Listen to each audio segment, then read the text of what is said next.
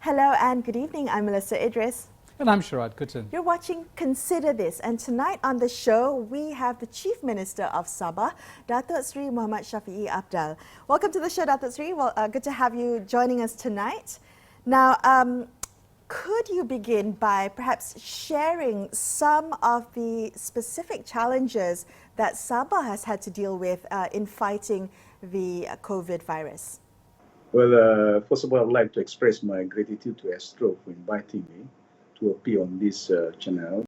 At the same time, I think everyone knows that we didn't expect that this virus will come, not only to our part of the world, but also throughout the world. But I think initially, we were the ones who started first in Sabah actually to lock down Wuhan. And it was somehow, I was made to understand that the virus will come over. So we were the biggest recipient of tourists coming from that part of the world. So immediately when I realized that, and I took a very firm actions to lock down, and there were many people stranded, by thousands of them, who flew from Wuhan, from China, landed in Kuttan airport. They got stuck at night, so I told my people, I said, house them in a hotel. But the next day, they may have to go back. But some of the obstacle and difficulties that we had, I realized that Sabah is such a big state, one, and the other one we're very handicapped with all the medical facilities. We don't have enough hospital, we don't have enough medical instrument, and at the same time, manpower also quite lacking in many of the districts that we had. That was one of the considerations that I took, decided to stop it. Immediately, we must take a bold move to ban all passengers or tourists coming from that part of the world. That was the major obstacle. But Alhamdulillah, until now, there's no incidents coming from that part of virus from Wuhan or from China. But we didn't know about this public group, that sort of group that came from Sri Lanka. I was made to understand. Of course, I was made to understand that the biggest contingent of public members come from Sabah. So immediately I was very worried and concerned about that.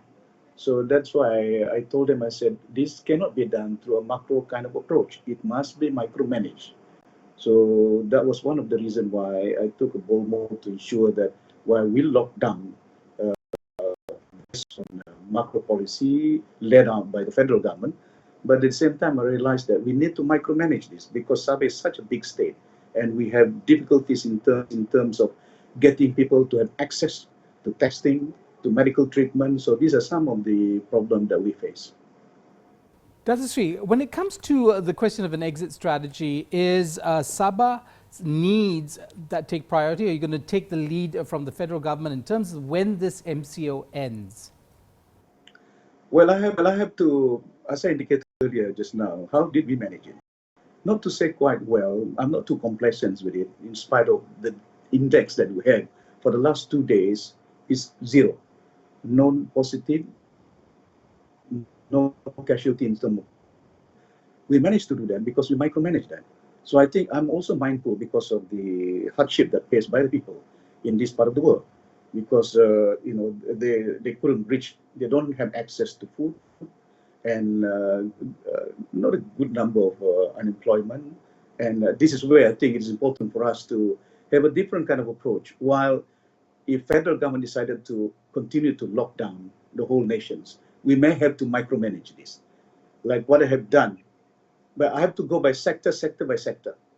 For example, like food security, I did indicate, I mentioned that way back, I think last week, if I'm not mistaken, that this will be one of the sectors that the state government might have to consider to open up, to ensure that we have to have ample supply of food that we can supply not only to the local people, but also there might be some kind of requirement. I was told by the foreign minister coming from our neighboring country, Brunei, they need food supply coming from Sabah. So I don't want to endanger them without any kind of ample supply of food. So that's that area, particularly the food security, is very crucial. So I'm looking into that. We have to micromanage.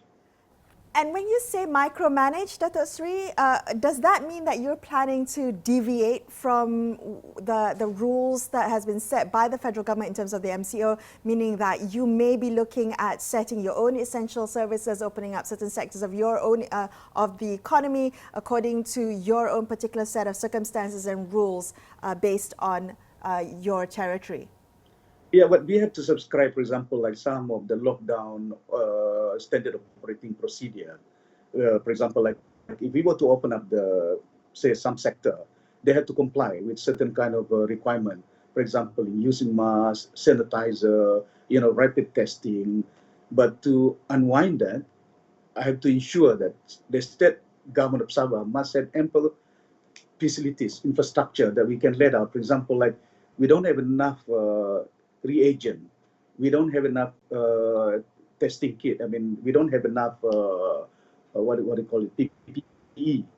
That sort of attire which is required by some frontliners to ensure that we will not be contaminated by all this virus coming from public groups. So I'm looking into it.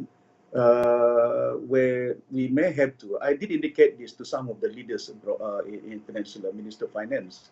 I did indicate to him, I think it is also important for us looking into how we manage the economy of the country. For example, like looking into where are the green areas. The green areas we can open up. The red area, of course, is very difficult. You must lock them down. But it is important for us to open up the economy slightly to ensure that, liquidity in the system must be there. Otherwise, for us to recover in the future is going to be a very tedious job, and it will take a longer time to do that. From a legal and constitutional point of view, which government has the prerogative? Is it state or the federal government? Well, we are looking into all this legal part of it. I mean, it is very important for us as a nation to work closely together. But we must have a better understanding because we know better our area here than those guys in KL, see, when we want to manage this. Because I'm quite sure, I think, though they can use that Act 342 under Ministry of Health, which I think everyone knows about that. But when it comes to some of the sector, which the local authority, for example, like which is vested with the state government, and then we can apply that to ensure that somehow we can blend it together. What I'm saying is, we are not saying that we question that authority is vested with the federal government, but at the same time, we do have our own as well, because Sabah and Sarawak is quite peculiar. It's not like other states in the country, you see. We have our own kind of under 24 agreement, the formation of Malaysia, we have different kind of set where the state government they have their own kind of ruling. All right, Datuk Seri, we're just going to have you stay on the line and we're going to take a quick break. We'll be back in just a couple of minutes to continue this conversation about the situation in Sabah. Stay tuned to consider this.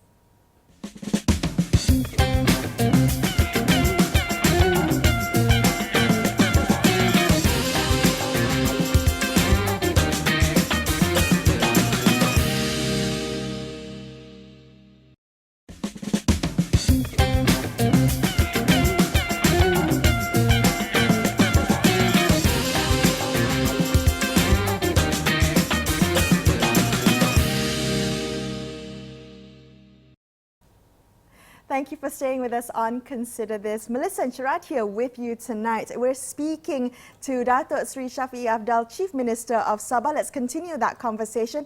Now, Datuk Seri, if I understand correctly, Sabah has just convened its 15th State Legislative Assembly. And I hope that was all done, observing the MCO, observing social distancing. I want to get your opinion, Datuk Seri, about the decision at the federal level to have only one day of Parliament sitting. Now, the Dewan Rakyat Deputy Speaker had cited, social distancing and the MCO as rules for limiting the sitting to a single day. What did you think about that decision? Well, when we did it in Sabah, we had it 3 days actually. The first day was the opening done by the governor.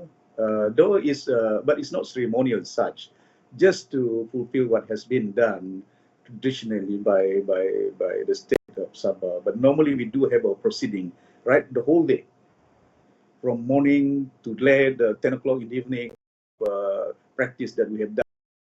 realizing that we are in a different environment, so we have to constrain ourselves, having it 2 days, but only daytime. In the afternoon, then we locked down at I think the last was 12:30, 1 o'clock like that. So, but we open up to ensure that people may have to perform what is embedded in the constitutions where they have to attend. You see, under the agenda, normally we set agenda. The state government set agenda, question and answer. I put up 2 bills there. One was the supply bill, and the other one was the uh, uh, land bill, which I think that is also quite important for us to ensure that we need to encourage our people to grow enough supply of food. We can't rely from import, export, import. Yeah. So Sabah had a 2-day Legislative Assembly sitting, yes? Is 1 day going to be enough for Dewan Rakyat to sit? Because, not too long ago, Datuk Seri Ibrahim pointed out that, in fact, it might not even be a full day. It might be less than a day. So is that going to be enough for Dewan Rakyat? Well, I think what we have done was we have 60 number of assemblymen, but at any one time, we subscribe to SOP under lockdown, where I don't allow people to enter the Dewan at one time, 60 of them. We rotate them to ensure them they register themselves, that they have been there in attendance, that particular sessions of State Assembly. So about 48, 45, 47 at any one time. And I distance them as well. The sitting arrangement was done properly, and they use masks. Unless if they want to ask questions, they want to raise certain issues, then they have to open the mask so that we can hear them loudly. And that was how we that's how we did it, to ensure that even outside the Dewan, we provide all the facilities. The the thermal sensors, where you need to go through a tunnel there to check whether your temperature is right, and also we place a doctors there to ensure that this wife is all right. Otherwise, we won't allow them to enter. So that's sort of the quite stringent, if I may say, how we manage it. But it was okay. But why should we not allow those people to accept? Know a lot. So this is the platform for us. That's why I told him, I said, this is where a venue where people need to know where the money goes to, how we spend the money. For example, what is the current status of COVID now in Sabah? What are the right prescriptions that you do? What are the steps that you need to take once we unlock this? So these quite a very, very important questions that not only the YB need to know, but the people at large. So I believe that this is one of the platforms we should provide, not to say a week like that, but a day and a half like that. I don't think it's ample enough for us to not only to know, you're talking about 200 billion of money that we're going to spend. People might raise a question. The budget approved last year was 200 billion, and this is another 200 billion. It's almost 500 billion. A lot of money to be spent. But also the question is, where's the money? Datuk Seri, have you made your views known about the need for a federal government, or rather the federal parliament, to sit for a longer period? Have you made these views known to the Prime Minister? I did. I didn't. I didn't do that. Only that because I was quite bogged down with micromanaging the state of Sabah and organizing things. For example, like how best we can organize the state assembly. At the same time, what is more important to me is that here, that was my consideration. I have yet to convey a message to them, on how it should have been done. But of course, it is a responsibility, duties of the Parliament, because I'm quite sure, I think the Law Minister normally is in charge to run Parliament, how the session is going to be held. But I think I'm quite sure what is important. This is the moment that we can't put our populations to be not in the know on what is happening. A lot of questions they want to know and they want to ask. And this is the way, and this is the platform.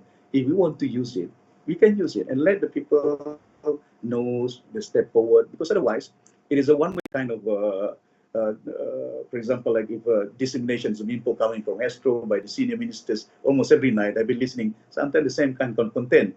Would love to ask questions where and how, that is the thing that sometimes public do send me messages, what is the next move? Why, there's no supply, not enough supply of food, that sort of things. Datuk Seri, I want to ask you about the Prihatin package. Now, did the Prihatin package hit all the right marks when it comes to providing relief for Sabahans who have been affected by the MCO and affected by the pandemic? There was an announcement earlier made by the Prime Minister saying that 130 million to be given to states. So you divide it by 13 states, the space is about less than 10 million, but we were given. So I must express this. Thank you to the federal government for giving us about 10 million plus to help us to sort of like, finance some of what is required and our activities. But of course, how the amount of money has been disseminated, no, I'm not in the know about that because it is done by the federal authority. For example, like the food items, that they have already handed over to the people large on the ground there. Even I believe that they're using data coming from LHDN, EKASI, which is directly they channel into the account of each individual. Also, I don't know how many numbers have received. That sort of questions that people need to know. And we are not in positions to know all those things what have been done by the federal government in, for example, like in Sabah. But of course, the other, I must express my gratitude to all the frontliners, which is under federal government. For example, like the police, Ministry of Health, and APM. That was when I decided to give 1 million each to all the frontliners. I give to Ministry of the police. That comes from the state government's funding. And to ensure that they must be protected, they have ample supply of food. I don't want them to be on the ground every now and then, 24 hours by ship, and they don't have enough supply of food while they do their duties, responsibility. That's true. One of the questions that surrounds the second tranche of the Prihatin package is its focus on SMEs. And I understand that Sabah has a lot of micro SMEs. Now, was that in terms of the design of the Prihatin package, was that taken into account? Do you think there could be more that could be done for the specific needs of the Sabah economy? That is why I think I have already highlighted it is important for us to work closely G to G, in spite of a different political ideology of belief. But what is important, we have to ensure that the country is moving forward on the right directions. But so far, I have not been informed as how that sort of money will be disseminated, through which particular bank, who is going to be the recipient. But on our part, I have already alienated some amount of money, a small amount, about to the magnitude of 90 million ringgit there, helping the young entrepreneur as well as the SME. And I indicated in my announcement of the day the range is about 2 to 3% interest that they need to pay, but it's very competitive compared to many other facilities that is provided to the business entrepreneur. All right, more with Datuk Seri Shafie Apdal in just a couple of minutes. Stay tuned to consider this.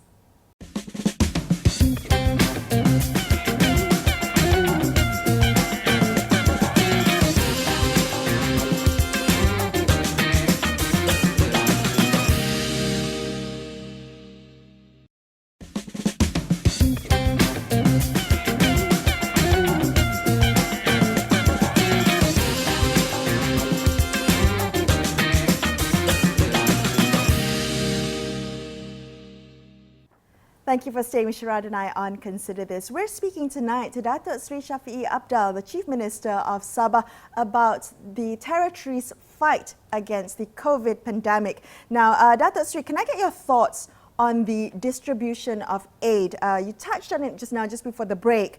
Has there been challenges in the distribution of aid that is specific to Sabah? Because the stimulus package was designed with the assumption of access, the assumption of infrastructure. Has Sabah faced challenges in distributing aid? You're talking about stimulus package done by the state government or federal government. I must say that federal government, well, I have to really know the stimulus package, which particular portion, for example, like the food, items, it goes to which particular outfit that they have used to disseminate food. While at the state level, we have our own outfits. For example, like I've designed where it is involved not only the police, the regular people, at the same time, we have this special unit. We call it UPPM, Unit Pimpinan Masyarakat. There are about 3,000 of them.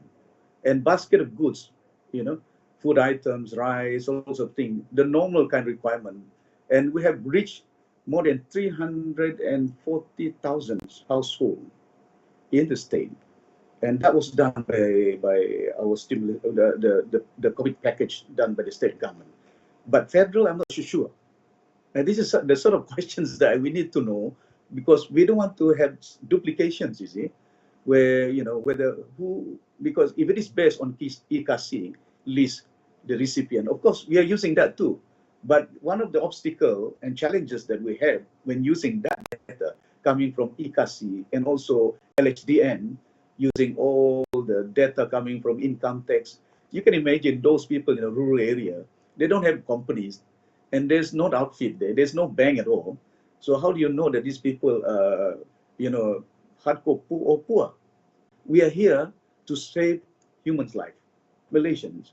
And we are here to help them, to ensure that they have access supply to ample food security there. Otherwise, we ask them to lock down, stay at home most of the time. If we don't allow them to go and buy food items, how can they survive? They must have access to food as well, not only medication. Datuk Seri, when it comes to the question of an exit strategy, the Director General of Health has laid out 6 criteria, including border controls. And we know that Sabah has many challenges when it comes to the question of the border. We'd had the Abu Sayyaf issue just a couple of days ago. How are you preparing to kind of deal with the border issue with the lifting of the MCO? Well, as a chairman of the Security Council at the state level, I've already informed them much earlier with regard to how best we can manage it. For example, like those public groups, they are Malaysians coming from Nunukan, our neighboring country, Indonesia. But I told them, I said, they are Malaysians. We have to receive them here, but we have to quarantine them. So we have set up a center in every major district, which is a normal kind of way where these people normally reach to coming back to Sabah or even visiting Sabah, Sandakan, major town like Tawau. That is where the area normally our Indonesian counterpart, Philippine counterpart, the entry point. So I already asked them, beef up to ensure that give priority. It's very important. Sabahan, we will allow them, but they must be quarantined.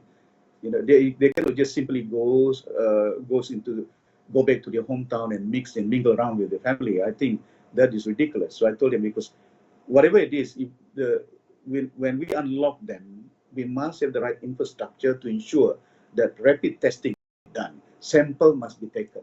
And at the same time, we need to quarantine them, to ensure that there should not be any contact at all with their sibling, because otherwise we'll never know. They might be, infected by it, and they can spread out, and they can have contact with people we don't even know, and that is very dangerous for us. So this is some of the moves. The border control is tightened up, but at the same time, we must also be mindful that if they are our citizens, we cannot deny they shouldn't be coming back to a different kind of route, the illegal route. They call it laluan tiga. So otherwise, if we don't micromanage that, they might reach from, for example, like if they're from Sibatik, Kalimantan, they might pass through town of Tendam, Pensiangan, Sipitang, and we'll never know who did they meet. So this is quite difficult. So that's why we have to really micromanage it, where we allow them how many numbers coming in, we stagger it to ensure that we have ample facilities or infrastructure to cater and to house them, quarantine, and for treatment as well. Datuk Seri, we only have a couple minutes left, and I want to ask you, you said just now, you talked about prioritizing Malaysians. What about the stateless population? This is a very vulnerable group. Will they have access to healthcare? You talked about testing. Will they have access to that? And will they have access to the education and information that's needed to fight this pandemic? Well, we have to be mindful that human life is very important. I remember I did mention day when I woke up and I did my morning prayer, when I opened the door, I saw a little cat with a mother and crying food. And immediately I opened up the sardine tin and feed the cat. They don't have passport, they're animals, but they need to survive too. So one can imagine if they're human beings as well. I mean, irrespective whether they're local, they are not local, if they're already in Sabah, we have to ensure that ample supply, not only in terms of medication, they have to have access to it, but at the same time, food too. Because we can't allow people to die in our own country just because, oh, they are foreigners. They are stateless kids. But these are the people, it's not their fault. Their parents run away, their mother divorced. But you can't punish human kids at the same time just because of the failure of their parents. I think this is what I've already instructed the Minister of Health, the local one, the Sabah Ministry of Health and Kebajikan.